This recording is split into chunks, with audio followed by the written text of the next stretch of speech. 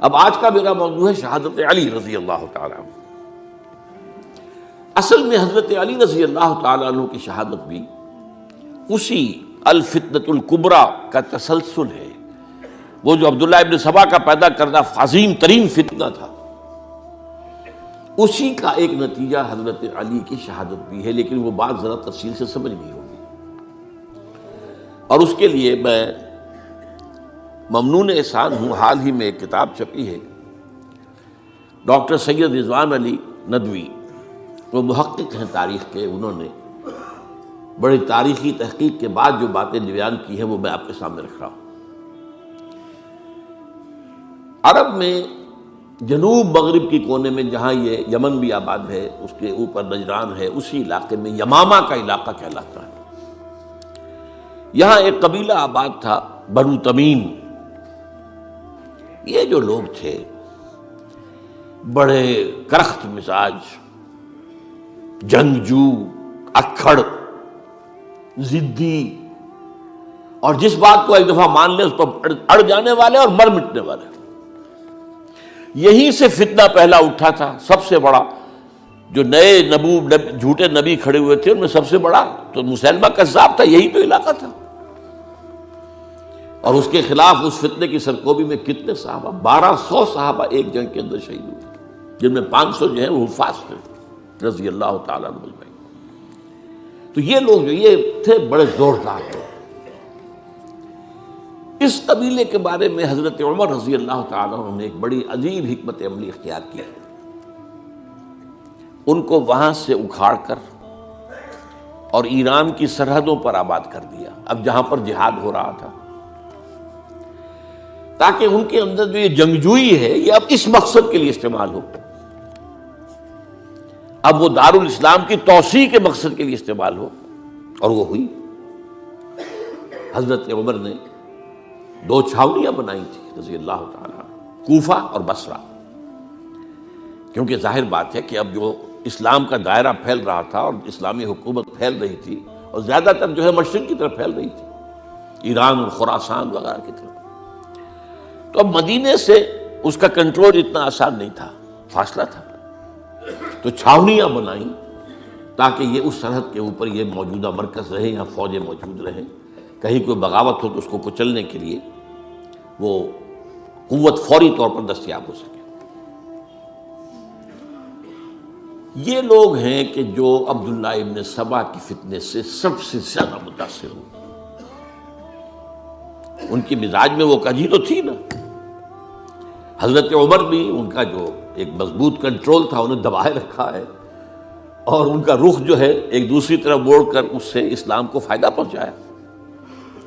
لیکن اس کے بعد جب فتنہ جو آیا یہ عبداللہ ابن سبا، تو سب سے بڑھ کر یہی لوگ اس کے ماننے والے، اور انہی میں سے وہ لوگ تھے جنہوں نے جانیں بھی دے دی ہیں، جنہیں حضرت علی نے زندہ جلایا ہے، اس لیے کہ وہ کہتے تھے کہ علی خدا ہے۔ اے علی تم خدا ہو، تم ہمیں آگ میں جلا رہے ہو، یہ تو تم ہمارا امتحان لے رہے ہو۔ وَلَنَبْلُوَنَّكُمْ بِشَيْءٍ مِّنَ الْخَوْفِ وَالْجُوعِ وَنَقْصٍ مِّنَ الْأَمْوَالِ وَالْأَنفُسِ وَالثَّمَرَاتِ۔ اب وہ اس آیت کو اپنے اوپر منطبق کر رہے ہیں۔ تو یہ جو کرخت لوگ تھے، انہوں نے در حقیقت جو ہے عبداللہ ابن سبا کے کردار میں سب سے بڑا رول پلے کیا، اور انہی کے ہاتھوں حضرت عثمان شہید ہوئے رضی اللہ تعالیٰ۔ اور اس کے بعد انہوں نے حضرت علی رضی اللہ تعالیٰ عنہ کو اپنے گھیرے میں لے لیا، کیونکہ انہی کی کثیر تعداد موجود تھی مدینے میں جب حضرت عثمان شہید ہوئے۔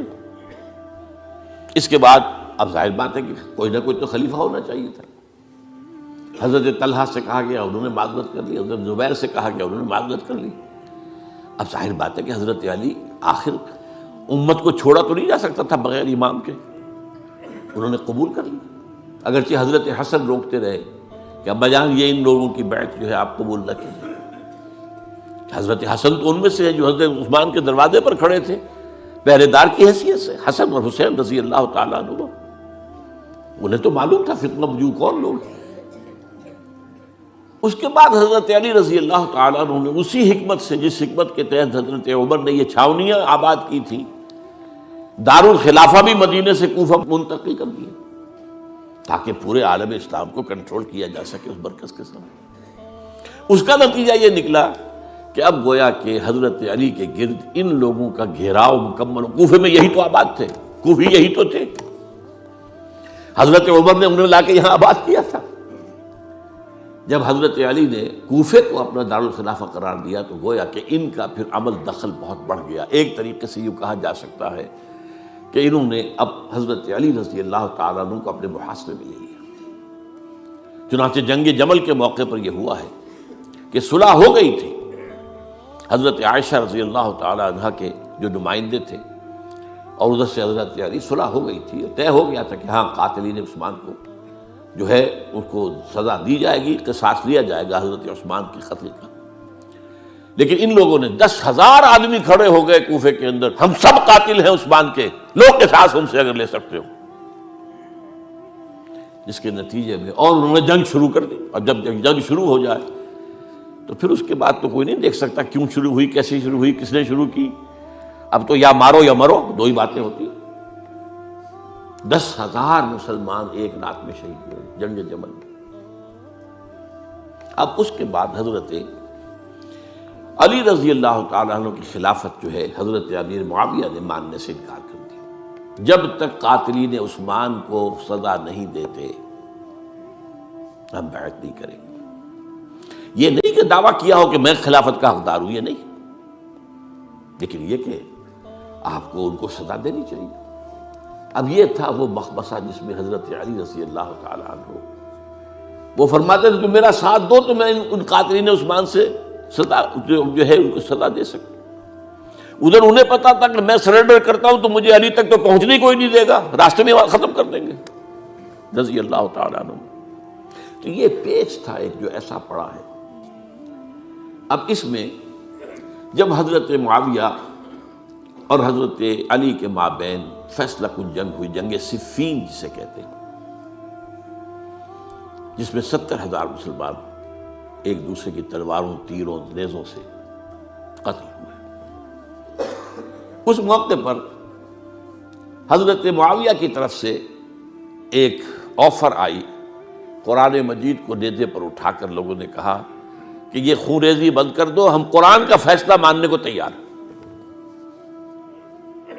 حضرت علی دیکھ رہے تھے کہ یہ اصل میں میری فتح کو شکست سے بدلنے کا پروگرام ہے، تقریباً فتح میری ہو چکی ہے، لیکن یہ جو طبقہ تھا یہ انہوں نے کہا نہیں بڑی ٹھیک بات کہہ رہے ہیں، وہ مانیے ان کی بات، جنگ بند کی۔ انہوں نے ہی یہی لوگ تھے جنہوں نے مجبور کیا حضرت علی کو کہ وہ تحکیم پر رضامند ہو جائے۔ اس کے بعد تحکیم میں جو معاملہ ہوا، حضرت علی حضرت عبداللہ ابن عباس کو اپنی طرف سے حکم بنانا چاہتے تھے، یہ اڑ گئے نہیں۔ یہ اڑ جانے والے لوگ، اور یہی اصل قوت تھے، وہاں ساری طاقت تو انہیں کی تھی۔ تو انہوں نے ابو موسیٰ اشعری کو اپنی طرف سے مقرر، وہ بہت نرم خو آدمی تھے، انہیں بناؤ۔ بہرحال جو بھی بات طے ہوئی، اب تاریخ کی روایتوں میں اختلاف ہو سکتا ہے، کہا یہ جاتا ہے کہ طے تو یہ ہوا تھا حکمین کے مابین، ادھر سے ابو موسیٰ اشعری، ادھر سے عمرو بن العاص رضی اللہ تعالی عنہما، کہ آپ اپنے جو کلائنٹ ہیں حضرت علی آپ انہیں معزول کر دیجئے، میں معاویہ کو معزول کر دیتا ہوں، پھر جو ہے مسلمان فیصلہ کر لیں کسی اور کی عبادت۔ انہوں نے کھڑے ہو کے کہہ دیا میں علی کو معزول کرتا ہوں، اور عمرو بن العاص نے کہا کہ میں معاویہ کو قائم کرتا ہوں۔ اب یہ ہے روایت، واللہ عالم، اس میں کتنا سچ ہے کتنا جھوٹ ہے، میں کوئی مورخ نہیں ہوں، میں کوئی تاریخ کا محقق نہیں ہوں۔ اس کے بعد جو ہے اب یہ لوگ انہوں نے کہا کہ مانیے تحکیم کو، اور جب انہوں نے حضرت علی نے اس تحکیم کے فیصلے کو ماننے سے انکار کیا تو باغی ہو گئے، حضرت علی کو کافر قرار دیا، اور جا کر ایک جگہ پر حرورہ ایک جگہ تھی وہاں پر جا کے جمع ہو گئے، جتھا بندی کی، بہت بڑی طاقت پر وہاں کری۔ انہوں نے طے کیا کہ علی بھی کافر ہو گیا، معاویہ بھی کافر ہو گیا، عمرو بن العاص بھی کافر ہو گئے، سب کافر ہیں۔ حضرت علی کی طرف سے ایک گئے سفیر ان سے بات کرنے کے لیے، تو انہوں نے کہا تم ہی نے تو کہا تھا کہ تحکیم کو تسلیم کرو، کہ ہاں ہم نے گناہ کیا تھا، کفر کیا تھا، ہم توبہ کی ہم نے. اگر علی بھی مان لے کہ میں نے مان کر کفر کیا تھا اب میں توبہ کرتا ہوں تو ہم ان کی بات مان لیں گے. اب حضرت علی اس طرح کا جھوٹ کیسے بولتے؟ انہوں نے تو کوئی کفر نہیں کیا تھا. بہرحال انہوں نے پھر بھی نرمی برتی کہ دیکھو اگر تم کوئی خونریزی نہیں کرو گے، فساد نہیں مچاؤ گے تو میں تمہیں کچھ نہیں کہوں گا.